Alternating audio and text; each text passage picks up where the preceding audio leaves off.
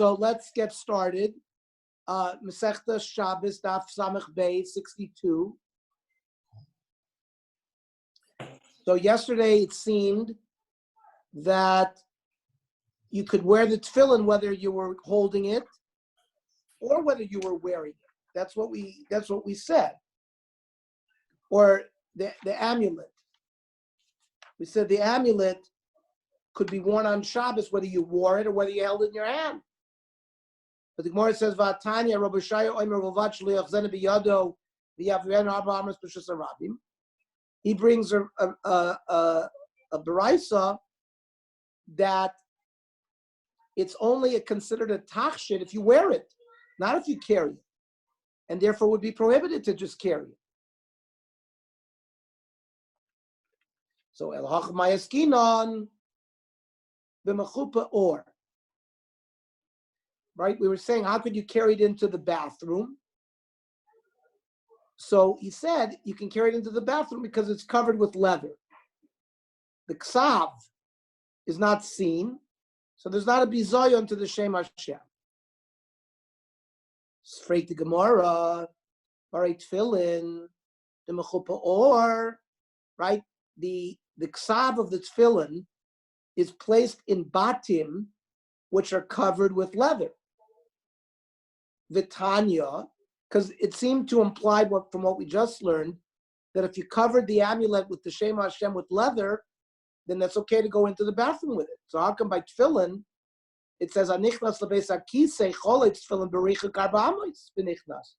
You can't go into the tefillin, you can't go into the bathroom wearing tefillin, you gotta take it off, Daled Amos, in a distance of Daled Amos from the bathroom, and only then can you go in.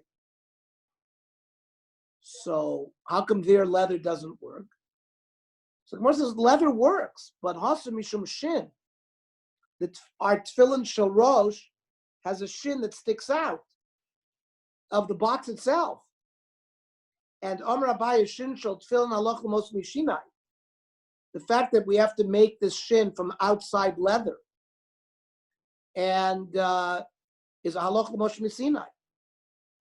And Vamar Abaye dalit shel tefillin halach l'mos mishinai. That in the back of our tefillin, it's supposed to be shaped like a dalit. The knot is also halach l'mos mishinai. Vamar Abaye yud shel tefillin. By our tefillin shel yad, there's a yud also that has to be there.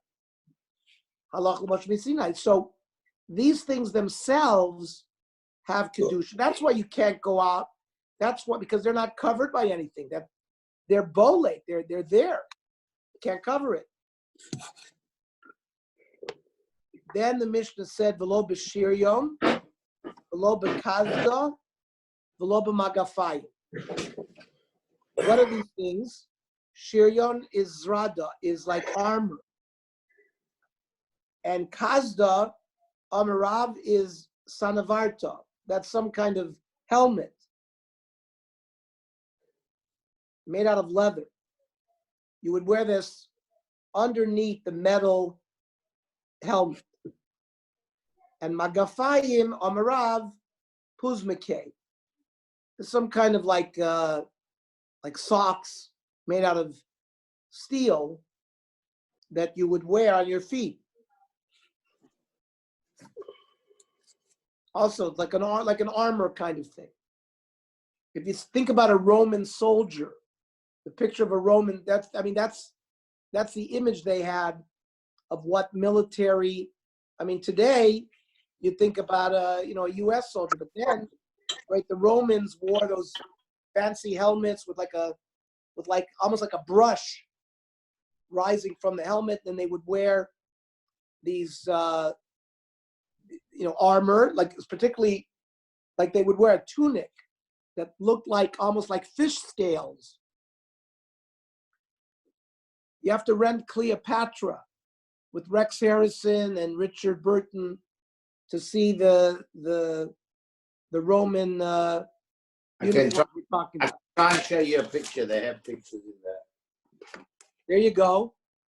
And there's the hat, and there's on the magafai. Correct. Almost like shin guards. Okay. I have this picture.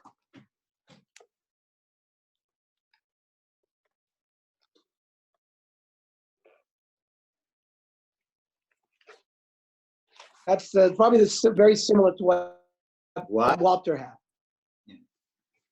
It's a photo picture too, which is very similar. Okay. It's a say Isha b'machat nekuva. Go out with a needle that has a hole in it, a work needle. A woman cannot go out because that's not normal for her to go out with that. That would be a burden. It's not worn as a tachshit. A man would go out with a tabah of a choisem. That would be a tachshit for a man because that's what a man would wear. The loba kul yar, the Gemara will tell us what that is. The loba kovelet, the Gemara will tell us what that is. The loba tzluchis shel plaiton. This was like a flask of perfume. And if they went out, but I guess it would be hung around their neck. But that's not considered already a tachshit. That's considered in yotzes or chayav chatas de Reb Meir. That would be considered like you're carrying something. And chachamim poitrin ba'koveles, they say you're not chayav a chatas for a koveles. We don't know what that is yet. And uvitzluchas shel plaiton. And if you carry out this perfume thing, you also would not be chayav a chatas. So they would consider that a tachshit. They probably don't want you to go out because you might show it to somebody and you'll carry a daladamas b'shus harapi.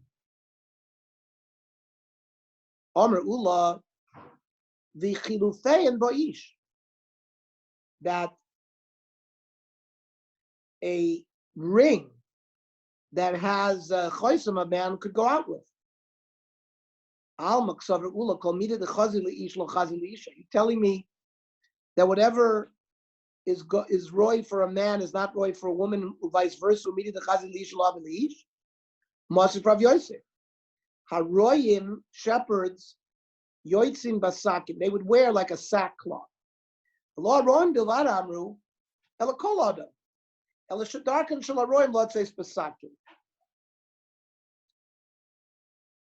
So even though a sackcloth is not a normal malbish, but since other people use it, then it's considered a levisha, even if you're not a roeh. So based on that principle, even though maybe normally women would not wear it, it should be like a sack of roim that other people wear as well. So why should we say it's also?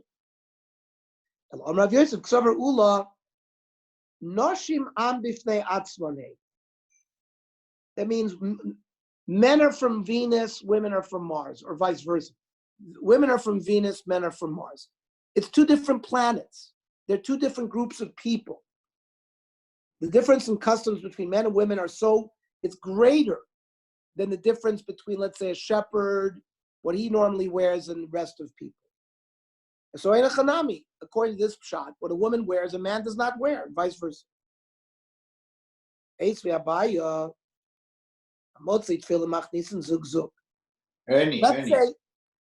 sorry, they said that this sackcloth that they wore was to stop the rain from coming into them. That's what was to stop.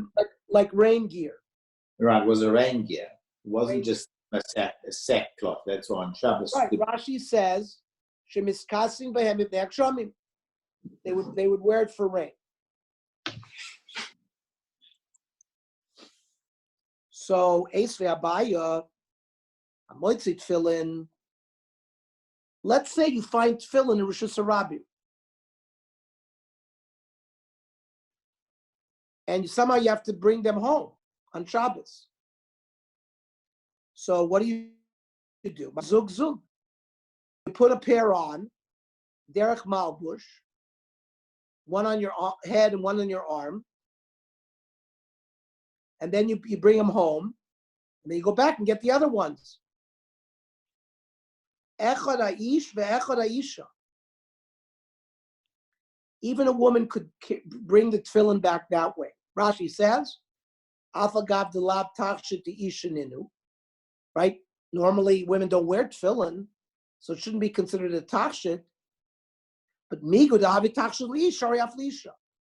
So that's the kasha again. It seems like since it's a tachshit for a man, a woman could wear it too as a tachshit. So it's again a kasha like we asked about the sackcloth. Now, but if you tell me we don't make this kind of diyun that migu that a man wears it, she could wear it. No, you're going to say that women are from Venus and men are from Mars. But let's analyze. Mitzvah saseh shazman gramu. Tefillin is a mitzvah saseh that's tied to time because there are times that we don't put on tefillin. Laila lavzman tefillin. And then there are opinions that Shabbos is lavzman tefillin. But either way, it's clearly specific to a time. And of course, kol mitzvah saseh shazman grama noshim turos. And if you're going to tell me that men's clothing are absolutely not roy in any shape or form for a woman, so why were they permitted to put on these tefillin? Because you're rescuing them from the shuk, from the marketplace. So the Gemara answers there, which is the sheet of Rav Meir, Hasams of Rav Meir, Laila's man tefillinu, Shabbos man tefillinu. He held that Laila is the time of, you could wear tefillin at night, and you could wear tefillin on Shabbos. Well, if you could wear them at night and wear tefillin on Shabbos, then it's not tied to time. It can be worn at all times. Havle mitzvah saseh shalaz man grama, v'chol mitzvah saseh shalaz man grama noshim chayavos. So that answers why the women, according to that sheet, according to Rav Meir, who quoted that brisa that we quoted with in the name of Rav Meir, why the women in that case could carry the tefillin by wearing them. Freak the Gemara, the Otzah Kilachriyadi. Why don't we say that whatever you say, it's not the normal way of carrying something? Or let's say regarding the tabas, when we said that women could also wear the tabas since men wear it, but they normally would not wear it on their ring, on their finger. Therefore, it would be considered like carrying in an unusual way. So we know the basic principle in Malachas on Shabbos that if you do the Malacha not in a normal way, that's called kilachar yad, like you do it like this. You do a Malacha not yashar, but you do it in a weird way, you would not be chayiv for the Malacha. More says, why would you say you're chayiv achatis? It's whatever you're going to say, it's a hotzah kilachar yad. Rav Yirmiyah, Be'isha Gizbarit Askina. No, we're talking about a woman treasurer, a woman who carried on official business, who needed to use a signet ring as a gizbar, and therefore for her it was not unusual to wear the ring on your finger, and therefore if she carried it and she's not supposed to carry it, it would not be considered kila achaya. It would be considered the way she normal carried. Fine. But ish my ikla meimar. So you explained about an isha gizboris. So because even the chol, she would wear it that way. But then why would we machayev a man for wearing a ring without a choisim? Because we said it's chilufeyan, whatever is by the woman is the opposite by the man. So a man would not wear a ring without a signet on. Well, then wearing it on his wearing it on his finger would be kilachar yad. So therefore, why would he be chayv achatis? So Elam Rava, Pamim Sharim Noisin Liishto Tabas, Sheyesh Aleh Choisem, Lo Licha Lakufsa, a man would sometimes give his wife a signet ring, maybe to the bank, and rather than losing it, she actually puts it on her finger, and vice versa. Sometimes a woman will give her husband a regular ring without a signet to take it to the jeweler, to fix it. They needed one of the diamonds to be screwed in, like Walter Correct fixes jewelry many times. And he will also wear it, not to lose it. So since men and women, both of them will wear the rings occasionally, it's not considered kilach hayad. It's considered that it's a derech. It's not considered wearing it in a normal way. And then if these things are things that they normally would not wear, it's considered a burden, and that's why they're chayav v'chatas. That's the mahalach of the Gemara. Okay. Then it said in the Mishnah, v'lo b'kulyar v'lo b'kovelas. My kulyar, Omer Rav, michbanta. Michbanta is some kind of piece of jewelry that they wore on their neck that it closed off their blouse. Brooch. A brooch. A brooch. It's a brooch. Okay. A brooch. So the Mishnah said that is, you don't go out with that. What's a koveles? Amarav, chumras of the pilo. It's also some kind of collection of spices. It's a kesher shekosher bosam sheshmo. They tied it, and it was like a bag of spices. It has a nice smell. He says in French, it's blazmu or blizmu. And listen, to a woman who has bad odor would wear this. I guess they didn't have deodorant. So this is getting a sort of a socioeconomic survey of life in the Middle Ages and also in earlier times. That's how they prevented bad smell. Especially in France. Especially in France. I mean, France invented the perfume. Yeah, because Rashi is explaining to us what the Gemara is referring to, and he received his understanding of what the Gemara says from his Rebbeim. So this must have been what was worn even in Bavel, and Rashi knew how to explain it. Maybe it was extant in. It sounds like it was extant in France as well because he gave it a French name. Balsamo, like balsam, and it's from the Italian. Sorry, it's one of the Pitamak Toires. Sorry is balsam, and that's what this is. Okay. You can't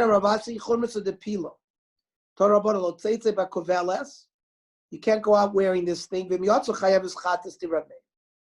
Rav Meir, it's not a takshit at all. It's a burden. And you're chayav achatas. You may not go out with it, but if you went out with it, you're not chayav achatas.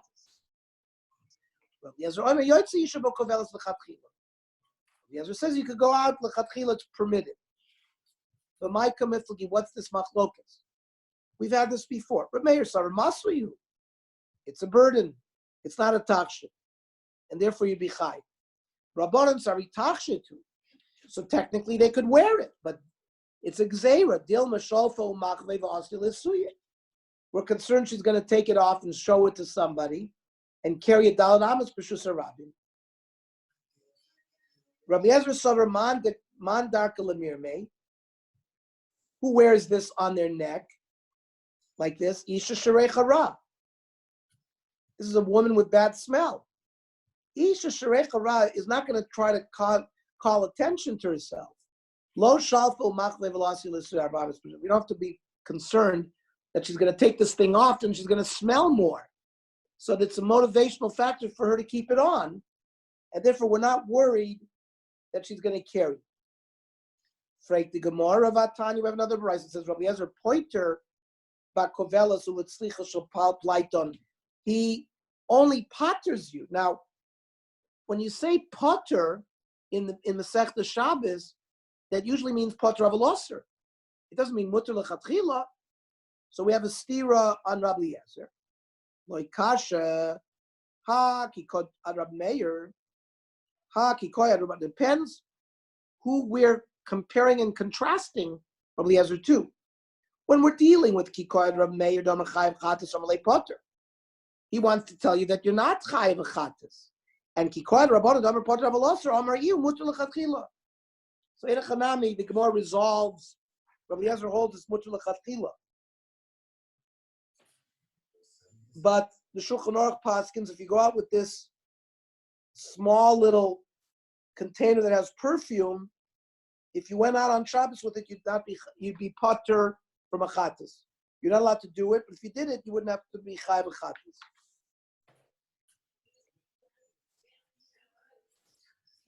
Samach beis amid beis. My Reb Meir, where do we find this Reb Meir where Rabbi Yezer argues with Reb Meir? Because we said that that Rabbi Yezer said potter when he's conflicted with Reb Meir. Well, that must be we have a source where we have a debate alone between Reb Meir and Rabbi Yezer. That's what seems what the Gemara is getting at. Which Reb Meir? The Tanya. We have the following baraisa. If a woman carries a key on Shabbos, the Yotza Chayeves Chatas to Reb Meir. Eliezer Poiter Bakoveles Uvitzluchis Shel Plaitim. There says you're potter if you go out with this perfume business. So Gemara says Koveles Mandekar Shmei. Who brought up Koveles? We talked about a mafteach, a key. So the Gemara says Chesuri Mechsra. This brisa is missing some words. V'hochi ktani. This is how you have to read it. V'chein ba'koveles. You also should not. The Reb Meir is saying you should not go out with a koveles. V'chein b'tzluchis shel plaiton. This perfume lo teitze. V'im yatsa chayev eschatas to Reb Meir. Rabbi Yezer poiter ba'koveles of tzluchis shel plaiton. Rabbi Yezer said you don't have to bring a chatas. When they're filled with perfume. Even Rabbi Yezer will say chayeves.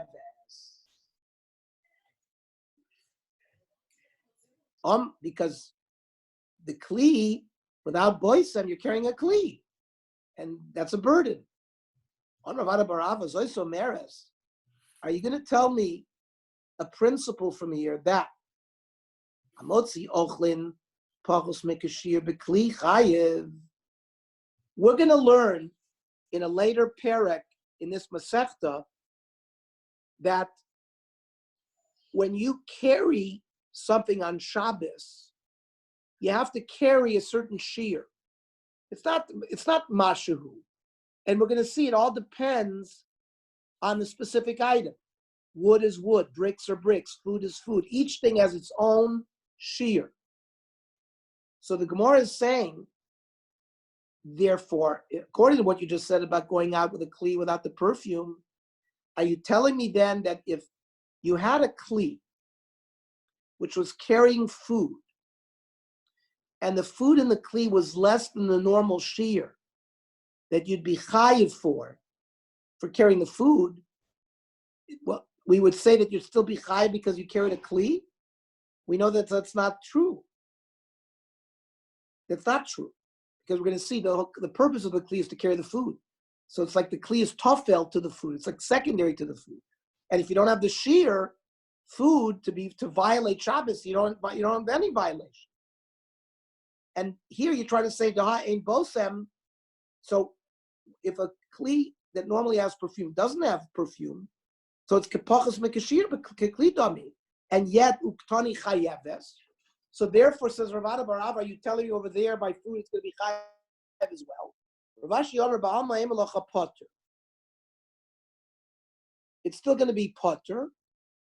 Not the shiny hacha, the lesser of Amashasha cloud. By the food, it's going to be potter because the food is but by perfume, there's nothing there at all. There's no mamish. It's perfume. And the kli is completely empty, doesn't have anything in it. Then you'd be chayav for the kli. But over there, it's pachos mekashir, and if you didn't reach the shear of food, you're not going to be chayav. Okay, now that you mentioned perfume, we're going to talk about some psukim. It says, Reishis shmanim yimshachu. This is a pasuk in Amos. This refers to this perfume kli. Mosif Rav Yosef, Afa Plaiton goes Rabbi ben Bava.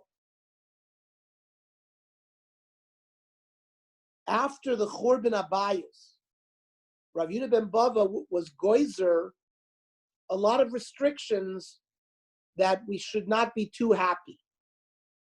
Like we have some of them. When you paint your house, you're supposed to leave a little corner unpainted. Zeicher l'churban.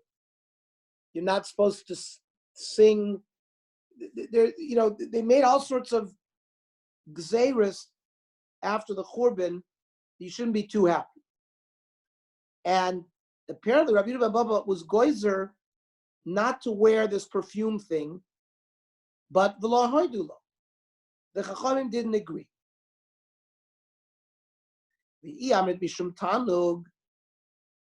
Now, if it's not out of simcha, but it's out of pleasure, amai lo hoidulo.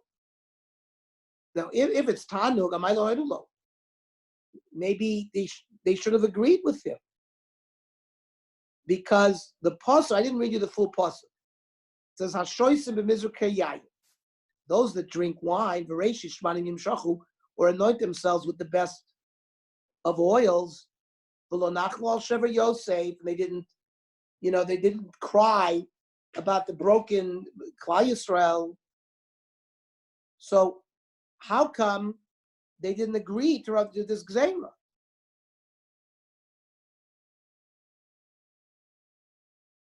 So Amr Abaya, Ulatamech, Hadiksiv, Hashoisim b'mizruk, those who drink wine. And what does that mean?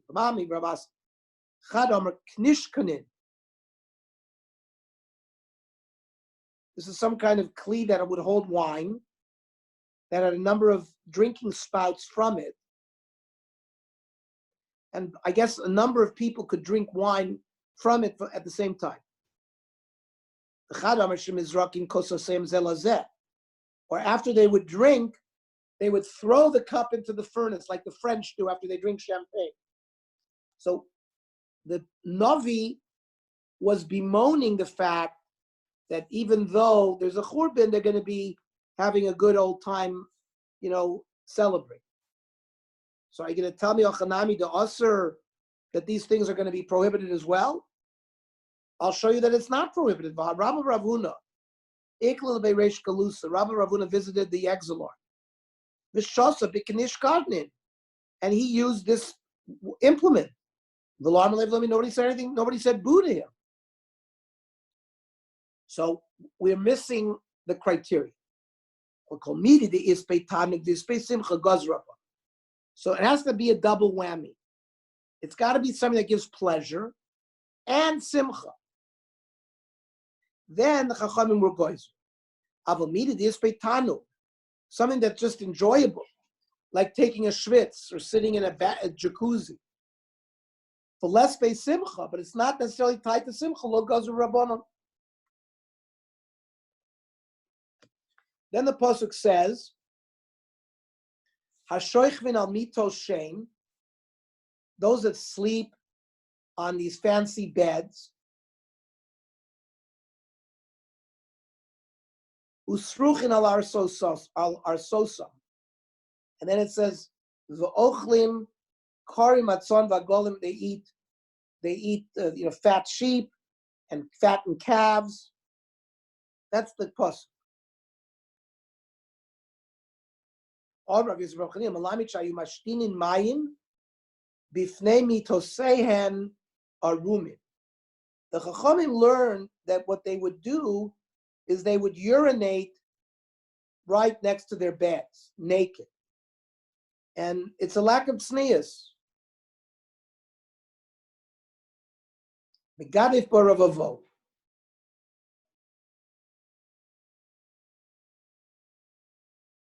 Ravavo did not accept this. He said that's Meshiggah.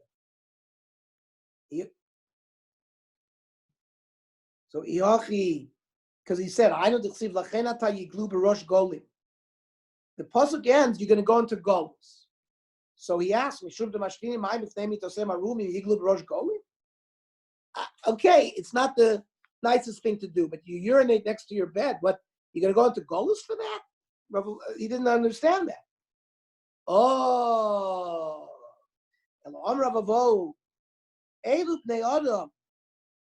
there used to be a movie, Bob and Carol and Ted and Alice. Talking about husband and wives. Husband and wife, they would intervene.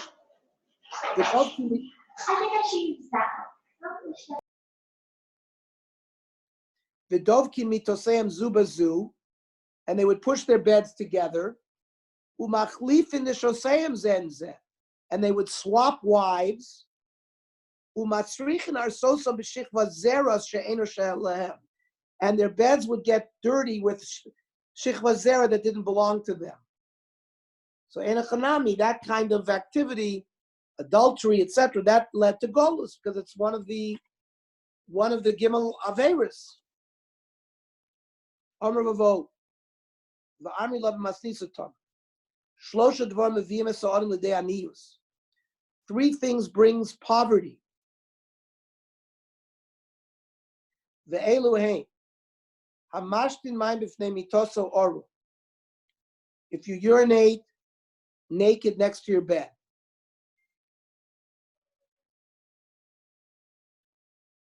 Right? He doesn't want to get up and get dressed and go outside. You just get out of bed and urinate. Umizalzel b'netilas yadayim. Another one of the things that leads to aniyas is someone's not careful with netilas yadayim. V'sheishto mekalaloso b'fanav. A man's wife curses him in his face.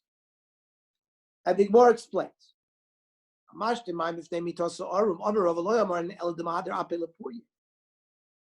The only time it's a bad thing is while you're urinating, you turn your face towards the bed. But if you're not facing the bed, go ahead and urinate.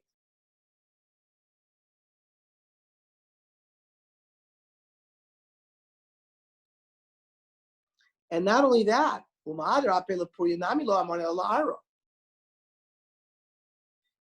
it's only a problem if you're facing the bed, if you're looking down.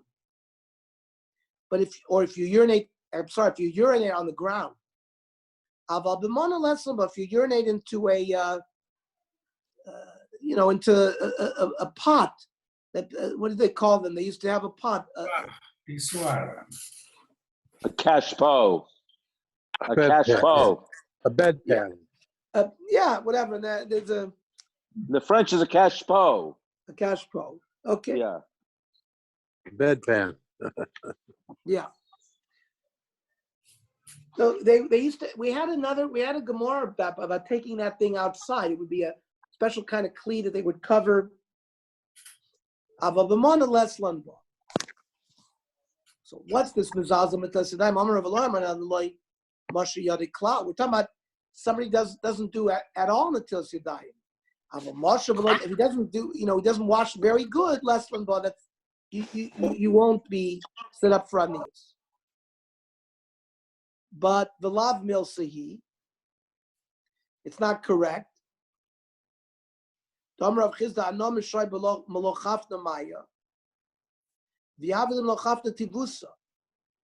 they would bring me water, I would go get more water. That it's a skula to have a lot of water when you wash your hands. Ernie, Yes. when you make the bracha, if you look at the first Al Netilat Yadayim, when you make the bracha Al Netilat Yadayim, it's a skula not for Ashir, it's not for Anias, because that spells Ani. If you look Al Netilat Yadayim. Oh, Al Netilat Yadayim Ani. Ani. So you don't do it.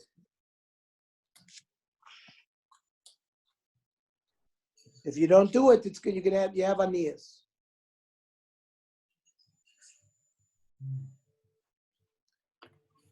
So v'sheishta mekalalasa b'fanav, the wife curses him. Amar Rav Aliske tachshiteh. Why is she curse? This is good for Walter. What here? There's a reason. She's cursing him because he hasn't bought her enough jewelry. And Hanimili who the is label of it. We're not talking about somebody who can't afford it. We're talking about somebody who can afford to buy his wife jewelry and he doesn't buy it. I'll hand out my card after.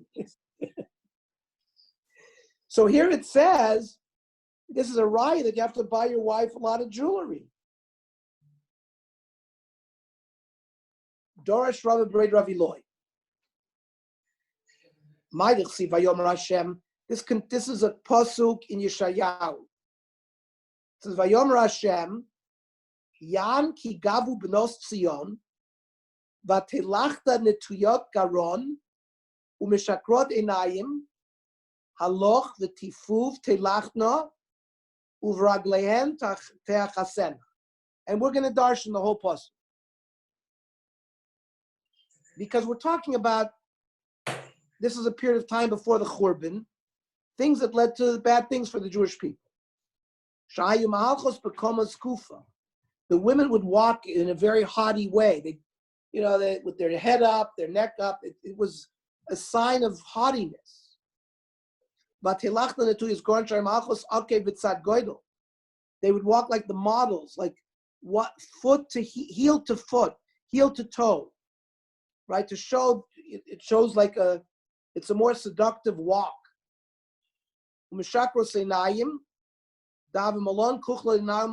They would paint their eyes with makeup and they would like hint to men with their eyes, says Rashi. Halach v'tafov, shoyu malchus aruka b'tzad tzara.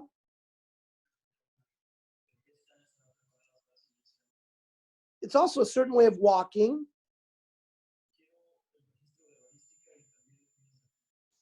Oh, a tall woman would always want to walk next to a short woman because it shows her height off. Uvraglean te'akasna.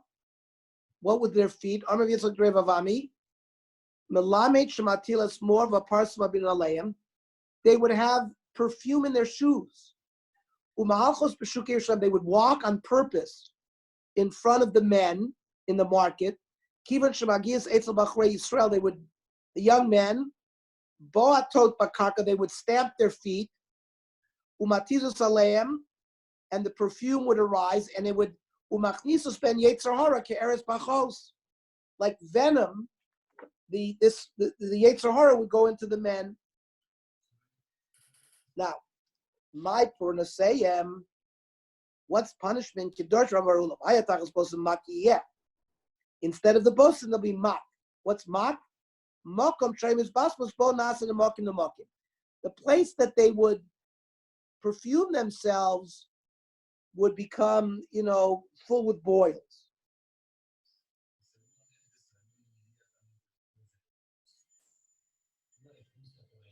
We're going to see what the mokam is. Where they would wear their belt.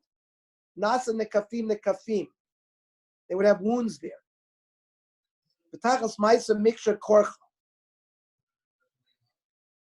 And if they would decorate their hair, they would become bald. This refers to opening. That's tigil. It's the erva, the mokama erva, the oso mokam.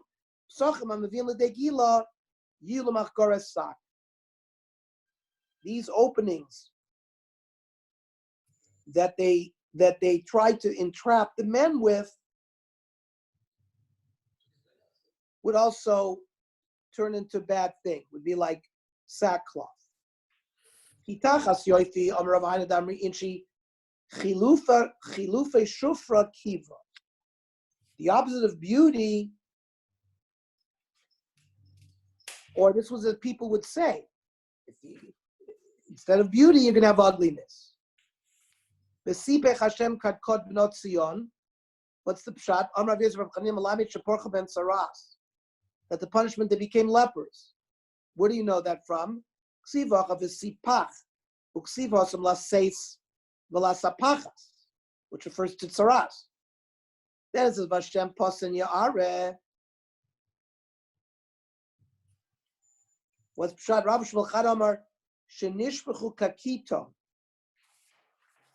They poured out blood like a tea kettle. Or they had overgrowth of hair in their genitalia area.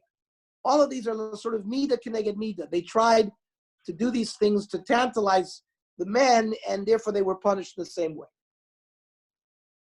Kivin should, and on Rabbi Amarav, Anshe Yushalayim, Anshe Shachat Sayu. Again, they were haughty. They would show off. One guy would ask the other guy, what did you have for lunch? And he would say, Bepasamila, I had bread made of the finest flour. Or the pasha ena mila.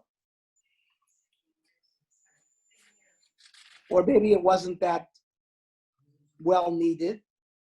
Or biyayin gurdali, white wine, or biyayin chardali, or black wine. B'mesav rachav, b'mesav kotzer. I sat on this chair, a wide chair, a thin chair. And we'll see what this, it was all referring to znus, as we'll learn tomorrow. And again, it led to the churban. Okay, so tonight is Wednesday. So again, tomorrow night is 8 p.m.